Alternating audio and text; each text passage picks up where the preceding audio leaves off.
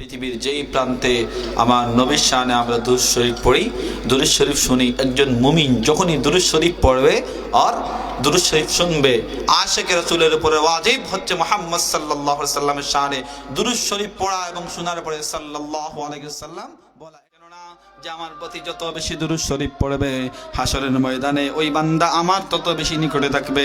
সাহাবী বললেন, ইয়া রাসূলুল্লাহ, কত নিকটে থাকবে আপনি দেখবেন নাকি?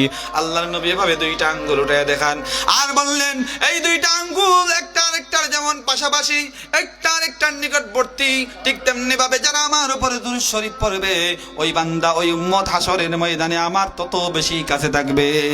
সুবহানাল্লাহ। এজন্য বেশি বেশি করে কি করব? দুরূদ শরীফ পড়ব। 3 নাম্বার, রাসূলের সুন্নতের আমল করার চেষ্টা করব।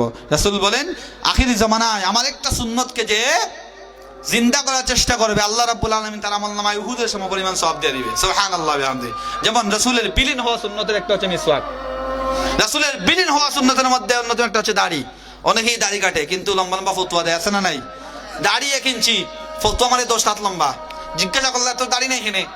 আমি একটা কলেজের লেকচারার, সেদিন আমার একজন আইসা কয়, স্যার আপনি খাট্টা চুল রাখছেন, এটা তো সুন্নতে আমিও রাখতাম। কথা বুঝছেন? আমি বললাম, খাট্টা চুল রাখবা এটা সুন্নত, ঠিক আছে মানলাম। বাবা ফজরের নামাজ পড়ছো নি? 3 বছর থেকে ফজরের নামাজ পড়ি না। পরে বললাম, যারা নামাজ পড়ে না, নামাজ ফরজ না কইরা যারা সুন্নত নিয়ে টানাটানি করে তাদের মধ্যে আর লুঙ্গি খুলে পাগড়ি বান্দার ব্যক্তিদের মধ্যে কোনো পার্থক্য? আগে ফরজ, তারপরে ওয়াজিব, তারপরে সুন্নতে মুআক্কাদা, তারপরে সুন্নতে জায়েদা। সম্মানিত হাজিরিন, তাইলে রাসূলের সুন্নতের আমল করতে হবে, দাড়ি লম্বা করতে হবে। অনেকে বলে দাড়ি ছোট দেখলে দূর থেকে দেখা যদি যায় দাড়ি আছে তাহলে এটাও জায়েজ। এই সমস্ত যেগুলো বর্ণনা এগুলো ইসরায়েলি বর্ণনা। দাড়ি হতে হবে 1 মুষ্টি। কত মুষ্টি? এভাবে 1 মুষ্টি হতে হবে। 1 মুষ্টির উপরে আপনি কাটতে পারবেন। এর আগে যদি কুরমারেন আর এভাবে খানসি দিয়ে কাটেন তাপাচারে আমলনামার মধ্যে গুনাহ সেম উঠবে, এতে কোনো পার্থক্য নাই। সম্মানিত হাজিরিন, এরপর হচ্ছে এমন কোনো কথা বলা যাবে না যেটা আমার রাসূলের শানে বেয়াদবি হয়। একটা শব্দ বলবেন রাসূলের শানে বেয়াদবি করবেন, আনতা হাবাতা আমালুকুম ওয়া আনতুম লা তাশউরুন, সে সব ধ্বংস হয়ে যাবে। 4 নাম্বার, পিতামাতার খেদমত করতে হবে। আমার রাসূল বলেছেন, রিদার রাব্বি ফি রিদাল ওয়ালিদাইন ওয়া সাখাতুর রাব্বি সাখাতুল ওয়ালিদাইন। আমরা জানি হযরত আলকামা রাদিয়াল্লাহু তাআলা আনহা মাকে কষ্ট দিয়েছিলেন, যার কারণে তার জবান বন্ধ হয়ে গিয়েছিল।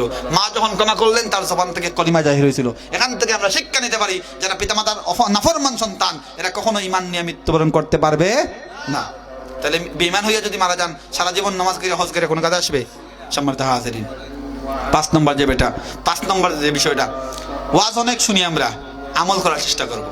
আজকে এই যে কিয়ামতের ভয়াবহতা সম্পর্কে অনেক কথা বললাম, আমলনামার কথা বললাম।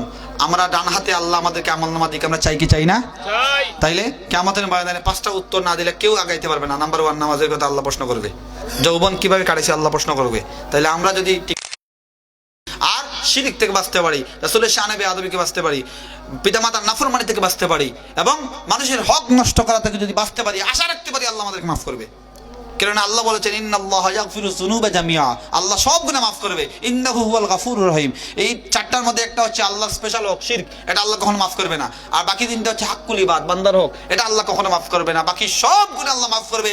আমার নবী বলেছেন, কুল্লু বানি আদম খাত্তাউন, তোমাদের আদম সন্তানদের মধ্যে সবাই পাপী। ওয়া খায়রু উম্মতি খাত্তাউনা তাওয়াবুন, পাপীদের মধ্য থেকে তারা উত্তম, তারাই বেস্ট যারা পাপ করার পরে আল্লাহর কাছে বিনয়ী হয়ে তাওবা করে। সুবহানাল্লাহ বিহামদি। তাহলে আমরা বেশিরভাগ সময় কি করব? তাওবা করব। আস্তাগফিরুল্লাহ ইন্নাল্লাহা গাফুরুর রহিম। অনেক মহিলা কানের মধ্যে তারপর দিয়ে তওবা তওবা তওবা তওবা, এটা বিদআত, এটা কবিরা করে, এটা করা যাবে না। তাওবা হচ্ছে আস্তাগফিরুল্লাহ ইন্নাল্লাহা গাফুরুর রহিম। এরপর হচ্ছে আমরা সব সময় মিথ্যা কথা পরিহার করার চেষ্টা করব। রাসূল বলেছেন, প্রত্যেক মানুষের মূল হচ্ছে তার মা, আর সব পাপের মূল হচ্ছে মিথ্যা কথা। মিথ্যা কথা যারা ছাড়তে পারে তারা আশা রাখতে পারে আল্লাহ জান্নাত দিয়ে দিবে। মিথ্যা কথা ছাড়ার চেষ্টা পারা যাবে ইনশাআল্লাহ। প্যার হাজিরিন, আর সব সময় আমলগুলো যা করি ইখলাসের সাথে করব। 1 টাকা যদি ইখলাসের সাথে দান করেন এটা কিয়ামতের ময়দানে নাজাতের ওসিলা হয়ে যাবে। আবার কোটি টাকা দিবেন কিন্তু মানুষকে দেখানোর জন্য করেছেন, কিয়ামতের ময়দানে এগুলো কাজে আসবে না। আর মানুষকে দেখানোর উদ্দেশ্যে কোনো কাজ করা, কোনো আমল করা, এটা শিরকুল আসগার বা ছোট শিরকের অন্তর্ভুক্ত। এগুলো থেকে আল্লাহ আমাদেরকে যেন বাঁচায় রাখে। আমরা সকলে বলি আমিন। প্যারে হাজিরিন, যা কথা বললাম কিয়ামতের ভয়াবহতা নিয়ে আমরা চেষ্টা করব আমাদের আমলনামা যাতে আল্লাহ আমাদেরকে ডান হাতে দেয়, এই জন্য ভালো আমল করব। উলামায়ে কেরামের সোহবতে থাকবো, উলামায়ে কেরামের সাথে বেয়াদবি করব না। কারণ উলামায়ে কেরাম হচ্ছে রাসূলের উত্তরসূরি। আল্লাহ রাব্বুল আলামিন বলেছেন, ইন্নামা ইয়াখশাল্লাহা মিন ইবাদিহিল উলামা, আল্লাহকে সবচেয়ে বেশি ভয় করে কারা? আলেমরা। সুতরাং আলেমকে যদি আপনি গালি দেন আর সে যদি আপনাকে বদুয়া দেয়, আপনার আমলনামা কাজে আসবে? সুতরাং আলেমদেরকে সম্মান করবেন, পিতামাতার খেদমত করবেন, আর মিথ্যা কথা থেকে বেঁচে থাকার চেষ্টা করবেন। বেশি করে দুরূদ শরীফ পড়বেন। এই দুরূদ শরীফের মাধ্যমে গুনাহ মাফ হবে। এই দুরূদ শরীফের মাধ্যমে তাওবা দরজা আল্লাহ খুলে দিবে। এই দুরূদ শরীফের মাধ্যমে রাসূলের সাথে সম্পর্ক আল্লাহ মজবুত করে দিবে। এই দুরূদ শরীফের মাধ্যমে রাসূলের শাফায়াত আল্লাহ আপনার কপালে নসিব করে দিবে। আমরা সকলে বলি আমিন। ওয়া আখিরু দাওয়াহুম আলহামদুলিল্লাহি রাব্বিল আলামিন।